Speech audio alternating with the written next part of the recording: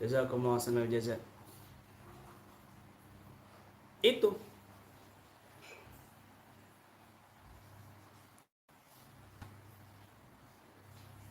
Nggak baca, justru nggak baca kitabnya. Bahkan di kitab-kitab Kasifatus Saja, Nailur Raja, di kitab fikih itu udah jelas wa alihi, siapa alun nabi di situ? Alun nabi pendapatnya Imam Syafi'i, Banu Hasim wa Banul Muttalib. Orang yang diharamkan zakat itu mayoritas. Bagaimana ini orang keluarga Nabi itu adalah orang-orang bertakwa dari orang muslim. Itu fi magamid doa, itu porsi dalam doa. Kalau magaman zakah, kalau porsi di dalam keharaman zakat, ya jelas keluarga Nabi dari Banu Hasim, Banu Muttalib. Kalau dalam posisi doa saja, ya semua orang yang bertakwa itu mendapat bagian doa. Artinya begitu, bukan keturunan darah nasab. Itu fikih ibtidah itu. Itu fikih ibtidah. Ya. Harus dipahami ini. Emang ada pendapat ahlul kisah itu ahlul bait. Ada pendapat, kita tidak ingkari, tapi itu pendapat minoritas. Pendapat yang mayoritas termasuk Imam Hakim At-Tirmidzi wa dzurriyyatuhum fahum saffah wa laysu bi'ali ismah. Imam Tirmidzi mengatakan bahwa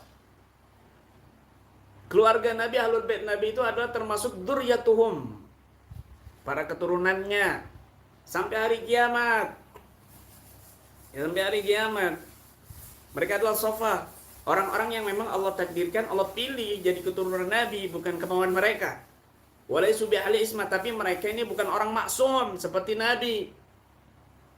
Kalau mereka berbuat salah sama seperti kita, mereka manusiawi, ditegur, bukan diikuti, bukan dicaci maki, begitu.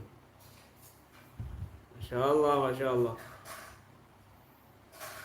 Kita akan baca perlahan-lahan sejarahnya di sini nanti. Mengungkap sejarah yang telah dirusak, dimanipulasi oleh kaum orientalis Belanda di saat itu. Khususnya Snokhorgan. Khususnya Snokhorgan. Mereka itu menang di media sosial. Kenapa? Buzzernya banyak. Satu orang bisa ribuan akun. Satu orang bisa jutaan yang like.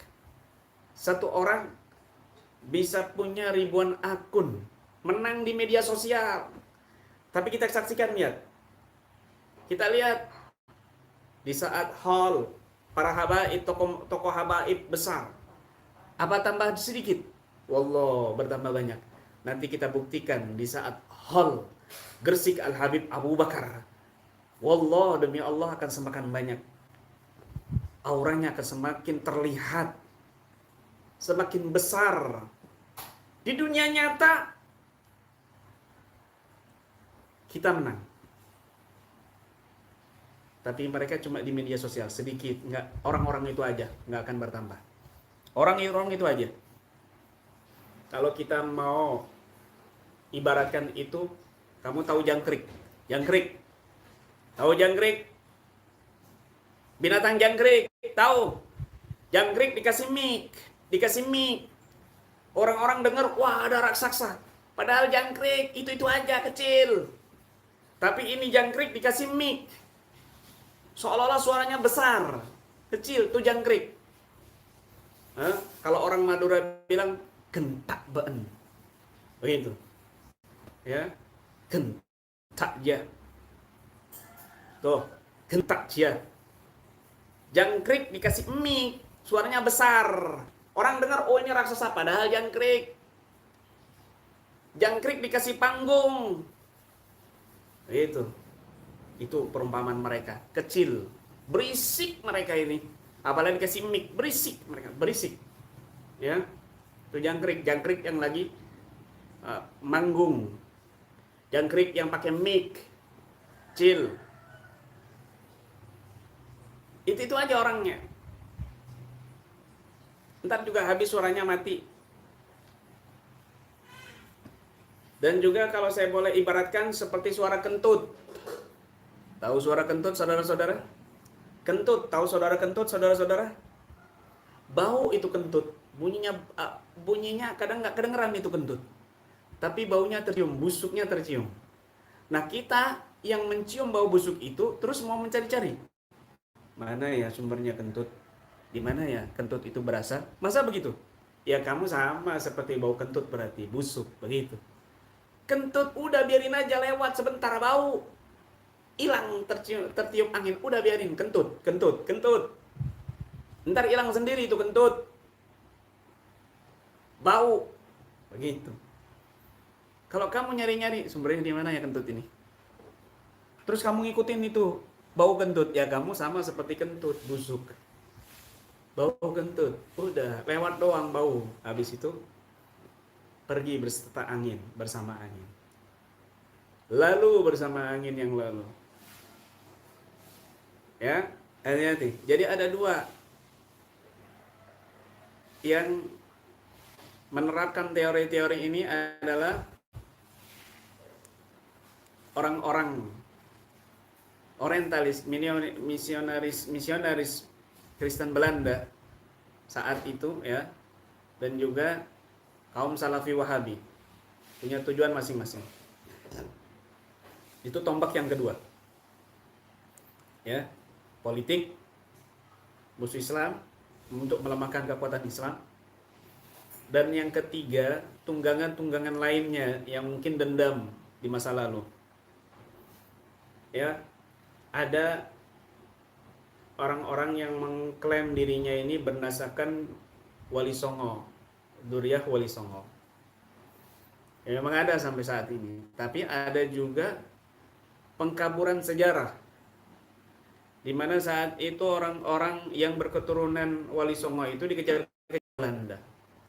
Maka gelar mereka Tubagus Raden ini ditanggalkan, tidak dipakai. Dan diserahkan kepada mereka yang menjaga rumah mereka, makam mereka oleh juru kunci. Tapi oleh sebagian juru kunci justru dipakai, dicangkok itu gelar. Makanya ada beberapa kejadian keturunan Wali Songo yang asli ziarah malah bentrok sama juru kuncinya. Merasa dirinya berhak, merasa dirinya keturunan. Kemudian juga ada sakit hati mungkin sebagian mereka ini penulisan nasabnya tidak diterima oleh Rabithah Alawiyah karena tidak memenuhi standarisasi Rabithah Alawiyah. Akhirnya mereka ini mencari-cari sendiri. Misalnya dari celah Al-Maghribi. Al-Maghribi ini berarti dari Maroko. Mereka mencari-cari ke Maroko. Misalnya dari Asmaragandi dari Uzbekistan. Mereka mencari-cari Uzbekistan.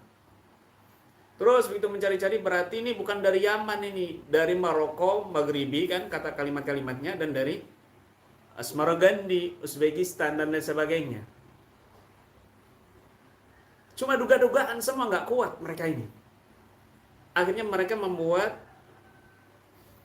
lembaga sendiri yang dikuatkan oleh orang-orang luar, Maroko, Mesir dan lain sebagainya, Irak. Sebenarnya Rabithah Alawiyah tidak menyatakan mereka ini bukan keturunan Wali Songo, tidak, tapi tidak memenuhi standarisasi. Begitu aja. Adapun ada Habib yang menyatakan keturunan Wali Songo ini terputus, maka kita nggak ikut-ikutan. Itu oknum. Itu oknum. Seharusnya selesaikan secara intern. Begitu. Ya, ini tombak yang ketiga. Tombak yang keempat, perhatikan baik-baik, saudara. Tadi saya katakan fenomena yang terjadi ini ada 4 tombak jahat. Yang pertama, politik, karena ada calon yang dari bangsa Arab, ya, keturunan Arab maksudnya. Yang kedua, Musuh Islam mau melemahkan kekuatan Islam dari kitabnya Allah, sunnah Nabi, dan keturunan Nabi berdasarkan hadis-hadis. Yang ketiga, dendam, sakit hati, ya. Yang keempat apa? Yang keempat ini dengarkan baik-baik. Nabi SAW bersabda, "Ma min saghiratin wala kabiratin illa latattabi'u li fitnatid dajjal. Faman najam min fitnati ma qablaha najam minha." Tidak ada fitnah kecil dan besar kecuali itu mengikuti menyambut fitnahnya Dajjal yang akan datang. Barang siapa yang dia selamat dari fitnah sebelumnya, dia akan selamat dari fitnah setelahnya. Islam Nusantara, Islam di Nusantara ini, khususnya di Indonesia ini, belum pernah berhasil terwujud pertumpahan darah, peperangan darah. Belum pernah berhasil. Umat sama umat diadu, berhasil, sebentar lagi damai. Kemudian umat sama ulamanya diadu, berhasil, cuma sebentar, setelah itu damai. Kemudian ulama sama ulamanya diadu domba, berhasil sebentar, setelah itu damai. Kiai sama habaibnya diadu domba, berhasil sebentar, setelah itu damai. Habaib sama habaibnya diadu domba, berhasil cuma sebentar, setelah itu damai. Habaib dan juga jalur-jalur turunan wali songo yang mereka sebenarnya punya andil masing-masing semuanya ini diadu domba. Sekarang ini yang terjadi. Sekarang ini yang terjadi. Ya, Masya Allah. Hati-hati teman-teman ya. Harus cerdas, harus bijak. Hati-hati. Kita baca rotibnya Haddad, Atos. Kita baca ya arhamar rahimin, ya arhamar rahimin, ya arhamar rahimin, farrijalal muslimin. Yang kita baca ini dari nenek moyang kita sampai sekarang ini. Mendoakan kaum muslimin. Mendoakan ini, qasidah ini. Itu siapa yang ngarang? Al-Habib Abdullah bin Husain bin Tahir. Sampai detik ini kita baca di musola-musola, di kajian-kajian, di majlis-majlis. Allahu Akbar. Rotibnya kita mendapatkan keberkahannya sudah diakui dari ujung dunia sampai ujung dunia. Ya Rabb. Jangan mau dia adu domba. Jangan mau dia adu domba, wahai teman-teman, saudara-saudaraku yang dirahmati Allah Subhanahu wa taala. Masyaallah, mudah-mudahan berkah ya.